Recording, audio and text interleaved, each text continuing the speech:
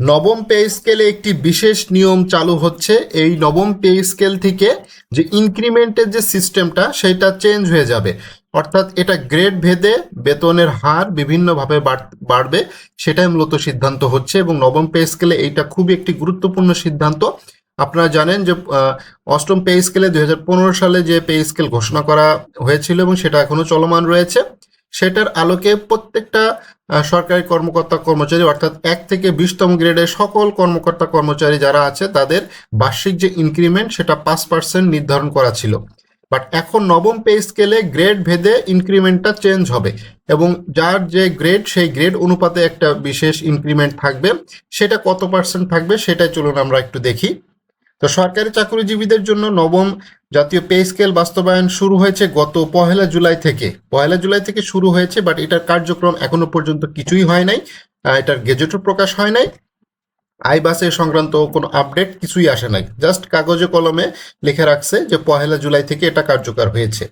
যদিও এখনো পর্যন্ত কোনো গেজেট প্রকাশ হয়নি। এদিকে নতুন পে স্কেলের প্রাথমিক খসড়া বার্ষিক ইনক্রিমেন্টের ক্ষেত্রে বড় ধরনের পরিবর্তনের প্রস্তাব রাখা হয়েছে।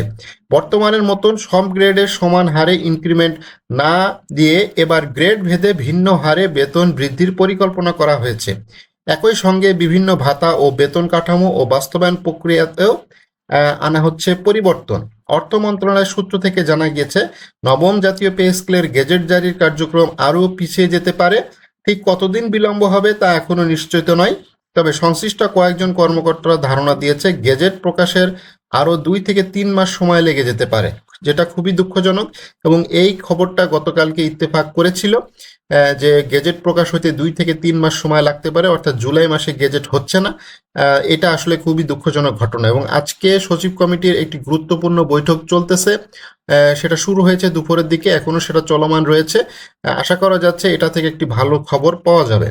এদিকে নবম পে স্কেলের প্রাথমিক খসড়া অনুযায়ী ষষ্ঠ থেকে 20তম গ্রেডের পর্যন্ত বার্ষিক ইনক্রিমেন্ট মূল বেতনের 5% নির্ধারণের প্রস্তাব করা হয়েছে। এটা ষষ্ঠ থেকে 20তম গ্রেডের বার্ষিক ইনক্রিমেন্ট সেটা 5% বৃদ্ধির প্রস্তাব করা হয়েছে। এবং পঞ্চম গ্রেডের ইনক্রিমেন্ট ধরা হয়েছে 4%, এবং তৃতীয় এবং চতুর্থ গ্রেডের 3% ও 5 অর্থাৎ 3.5 3.5% করতে হবে, অর্থাৎ তৃতীয় এবং চতুর্থ গ্রেডের 3.5%, এবং দ্বিতীয় গ্রেডের 2.75% রাখা হয়েছে। এবং প্রথম গ্রেডের ইনক্রিমেন্ট আলাদাভাবে নির্ধারণ থাকবে এবং সেটা কত হবে সেটা এখনো পর্যন্ত প্রকাশ করা হয়নি।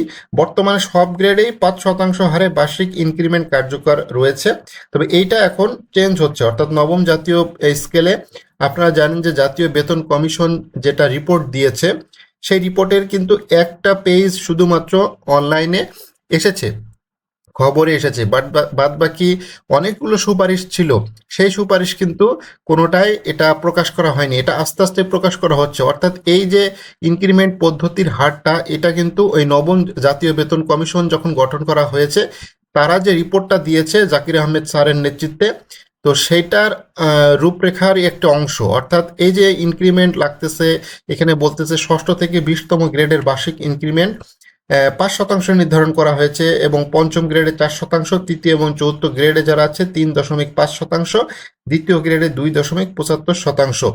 তো এটা আসলে খুবই ভালো একটি উদ্যোগ নেওয়া হয়েছে। অর্থাৎ উপরের গ্রেডে যারা আছে তাদের ইনক্রিমেন্টটা কম দেওয়া হয়েছে, এবং যারা নিচের গ্রেডে রয়েছে অর্থাৎ ষষ্ঠ থেকে 20তম গ্রেডে যে সকল কর্মকর্তা কর্মচারী রয়েছে তাদের বার্ষিক ইনক্রিমেন্ট সেই 5%ই রাখা হয়েছে।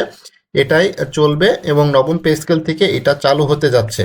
তো সূত্র জানায় যে ইনক্রিমেন্টের নতুন বেতন কাঠামো নির্ধারণের আগে সারা দেশে 1,67,500 জনের সরকারি চাকরিজীবী, 61,500 জন সাধারণ নাগরিক এবং 3,513টি প্রতিষ্ঠানের প্রধানের মতামত সংগ্রহ করা, এবং জরিপে মাত্র 5.6% উত্তরদাতা বার্ষিক ইনক্রিমেন্টের পক্ষে মত দেন। বিপরীতে 50.43% মনে করে মূল্যস্ফীতির সঙ্গে সমন্বয় করে ইনক্রিমেন্ট নির্ধারণ করা উচিত।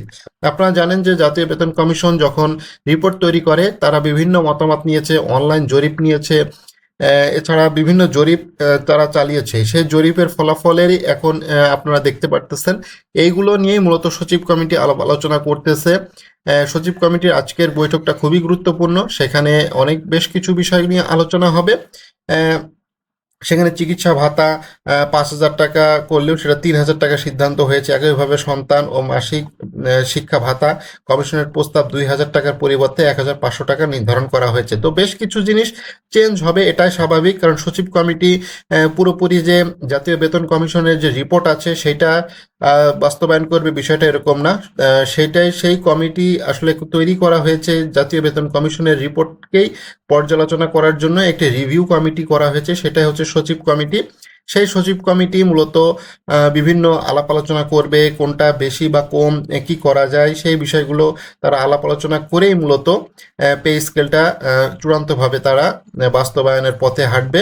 এবং পে স্কেল নিয়ে বৈঠকে বসতেছে সচিব কমিটি আজকে। চূড়ান্ত সিদ্ধান্তের অপেক্ষা। আজকে তারা বৈঠকে বসেছে অলরেডি, সেই বৈঠক চলতেছে, খুব শিগগিরই হয়তো বৈঠকটা চলবে, বিকালপন্থী হয়তো বৈঠকটা চলবে। এবং পে স্কেলটা যেটা 2 ধাপে বাস্তবায়নের পরিকল্পনা তো সরকারের রয়েছে, তবে এখানে আইবাসের ইস্যুর কারণে এবার পে স্কেল 1 ধাপে বাস্তবায়নের চিন্তাও রয়েছে। কিন্তু এটাও একটা খবর এসেছে যে আইবাসের বেশ কিছু সমস্যা হচ্ছে, কারিগরি সফটওয়্যার রিলেটেড অনেক সমস্যা হচ্ছে, যেটার ফলে আইবাসের ইস্যুর কারণে পে স্কেল এবার 1 ধাপে বাস্তবায়নের পরিকল্পনা করতেছে। তো সেটাও একটা চমক আসতে পারে। তো বৈঠকে এই আইবাস নিয়েই মূলত আলাপ আলোচনা হচ্ছে, আইবাসটাকে কিভাবে আপডেট করা যায়, সফটওয়্যারকে কিভাবে কাজে লাগানো যায়, সেই বিষয়গুলো আলাপ আলোচনা হবে সচিব কমিটিতে। এখানে সফটওয়্যার ডেভেলপাররাও থাকবেন, অর্থ মন্ত্রণালয়ের যে সকল সফটওয়্যার ডেভেলপার আছে আইবাসের সাথে সংশ্লিষ্ট তারাও এখানে রয়েছে। এবং বেতন কমিশন যে প্রস্তাব করেছে সেটা নিয়েও আলাপ আলোচনা হবে, এবং গেজেটটা কবে প্রকাশ হবে সেটা নিয়েও আলাপ আলোচনা হচ্ছে। বেশি দেরি করলে সরকারেরই তো 1 জুলাই থেকে যেহেতু ঘোষণা দিয়েছে, অর্থাৎ 1 জুলাই থেকে যদি বেতনটা কার্যকর করতে হয়, আর গেজেট প্রকাশ করে দেরি করে যদি সরকারি কর্মকর্তা কর্মচারীদের বেতন দিতে হয়, তাহলে একজন কর্মকর্তা বা কর্মচারী অনেক টাকা এরিয়া পাবে, এটা কিন্তু সবাই জানে। তো এক্ষেত্রে সরকারেরই লস হওয়ার সম্ভাবনা সবচাইতে বেশি। ঠিক আছে, সরকারেরই লস হবে, একবারে অনেক টাকা পেলে একজন কর্মকর্তা বা কর্মচারী তাদেরই লাভবান হবে, বাট সরকারকে কিন্তু একসাথে অনেকগুলো টাকা দিতে হচ্ছে। তো এই বিষয়টাও কিন্তু মাথায় রাখতে হবে, অর্থাৎ এটা যত দেরি হবে ততই আসলে এখানে সরকারেরই সমস্যা, কর্মচারীদের তেমন একটি সমস্যা নেই, শুধু জাস্ট একটু অপেক্ষা করতে হবে, অপেক্ষা করলেই এটার একটা ভালো ফলাফল পাওয়া যাবে। এবং নবম পে স্কেলের যে গেজেট আশা করা যাচ্ছে, তাদের সমস্যার কারণে, অর্থাৎ আর্থিক সমস্যা এবং আইবাসের সমস্যা দুটা মিলায় যাতে খুব তাড়াতাড়ি প্রকাশ হয়, সেটার তো জোর দাবি থাকবেই। এবং সরকার এদিকে অবশ্যই নজর দিবে, এবং আইবাসের ইস্যুর কারণে যে সমস্যাগুলো হচ্ছে সেটা খুব দ্রুত সলভ করে যাতে পে স্কেলের গেজেটটা অতি দ্রুত প্রকাশ করা হয় সেটাই দাবি থাকবে। এবং আজকের যে বৈঠক, সেই বৈঠকে আইবাস নিয়ে আলোচনা হবে, ইনক্রিমেন্ট নিয়ে আলোচনা হবে, এবং গেজেটের বিষয়টা নিয়ে আলোচনা হবে, কবে নাগাদ গেজেট দেওয়া যেতে পারে।